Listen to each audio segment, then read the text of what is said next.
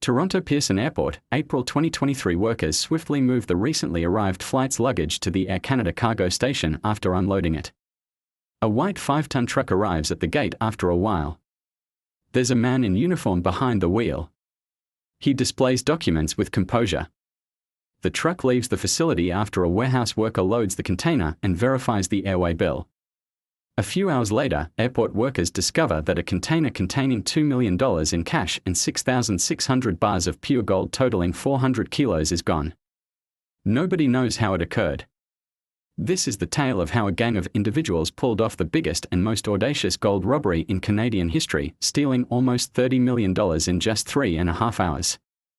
A cargo flight run by Air Canada leaves Switzerland on April 17, 2023.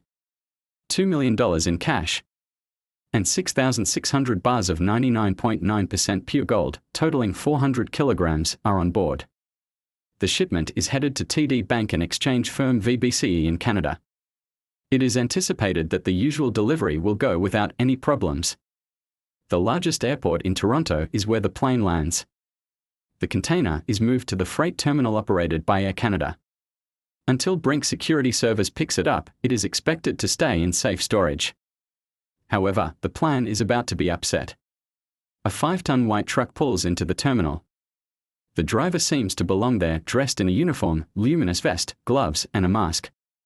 An legitimate airway bill for 1,200 kilograms of seafood, the identical one used the day before, is in his hands. This time, the original is a copy that was printed using the Air Canada warehouse's internal printer. The forgery goes undetected. After loading the container onto the van, the car smoothly exits the airport in a matter of minutes. Not a single alarm. No phone calls. No more checks. He just disappears with more than $30 million in cash and gold. Later, the actual Brink's armored car shows up. The container is gone, but the gold is meant to be picked up. Air Canada doesn't alert the authorities for several hours, which gives the crooks more than 8 hours notice. The cargo might have been transported from Toronto hundreds of kilometers away during that time. The police start looking into it right away. The robbers now benefit from every minute. Project 24K is the code name assigned to the operation. Investigators soon determined that this was not a break-in after the initial inspection.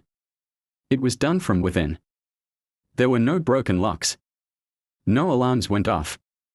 Nothing out of the ordinary was noted by any employees. The person who accomplished this was well versed in internal processes.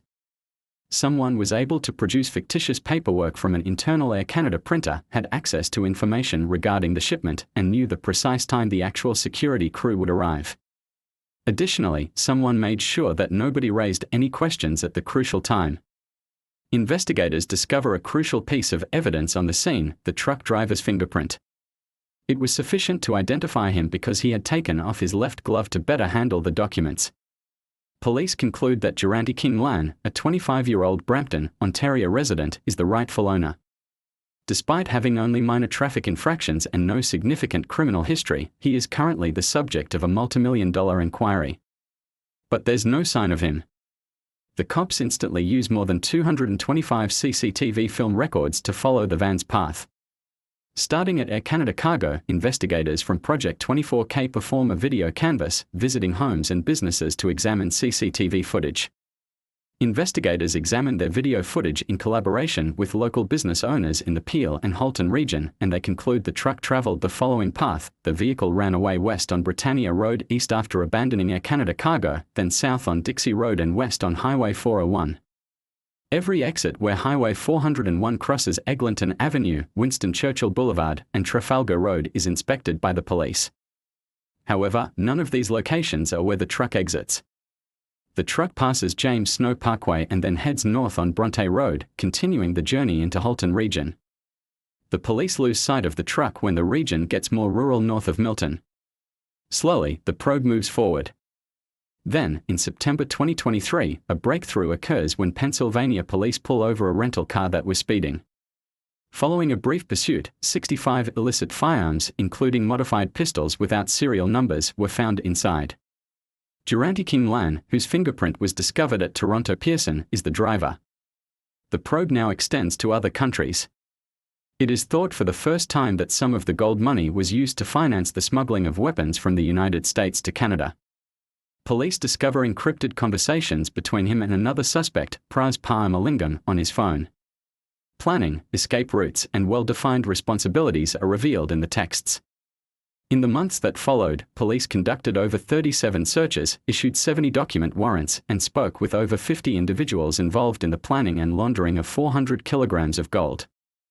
They discover $430,000 in cash, which is thought to be the proceeds of burned gold.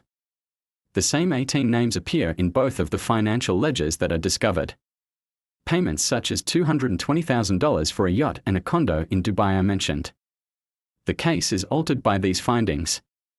The gold was melted in Canada, combined with other metals, and made into jewelry rather than being shipped overseas in bars. This made it possible for the bandits to launder the gold through tiny jewelry stores and perhaps ship the goods to customers in Dubai and India. 9 suspects are ultimately identified by the police.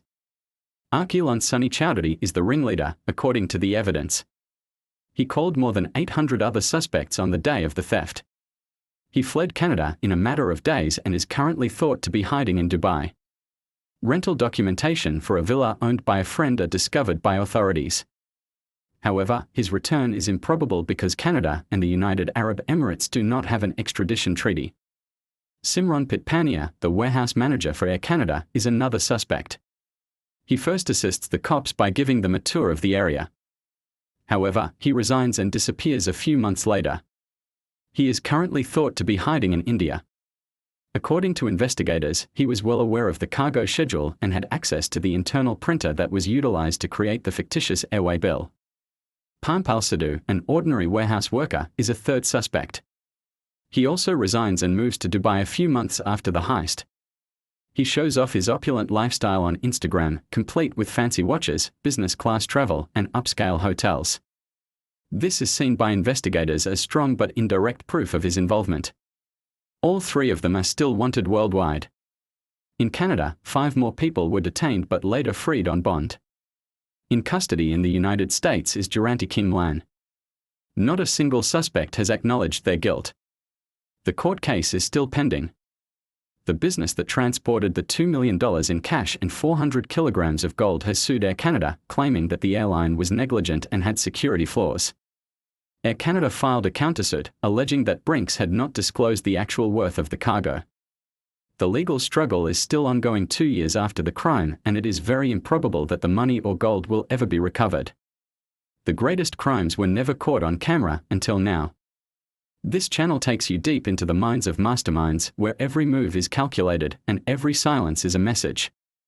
If you are obsessed with perfect heists, criminal genius, and the truth they tried to bury, then you belong here. Subscribe, turn on the bell, and enter the shadows where legends are made and loyalty is always a lie.